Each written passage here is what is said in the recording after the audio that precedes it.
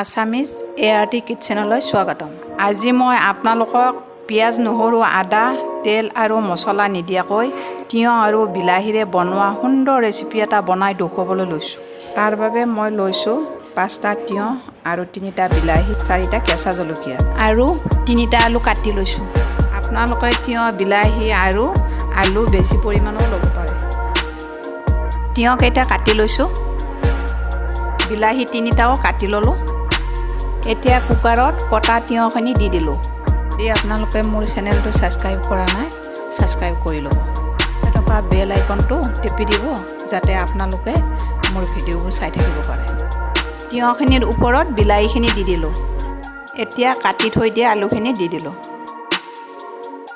এতিয়া জলকীয়া 4টা দি দিলোঁ।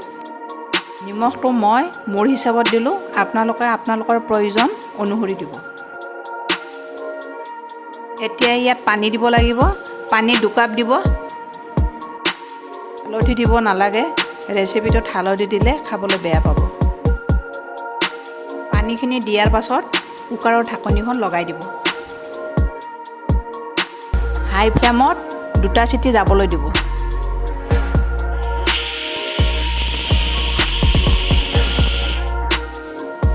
কুকাৰৰ ঢাকনিখন পৰিলে ৰেচিপিটো হাই ফ্লেমত উতলিবলৈ দিব।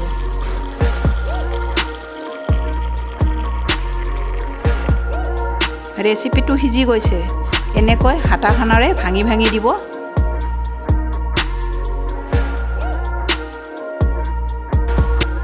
এনেকৈ 10 মিনিট উতলাব লাগিব।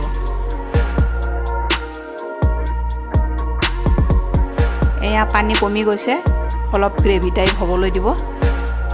বহুত কম টাইমৰ ভিতৰত সুন্দৰ ৰেচিপি এটা ৰেডি হৈ যায়।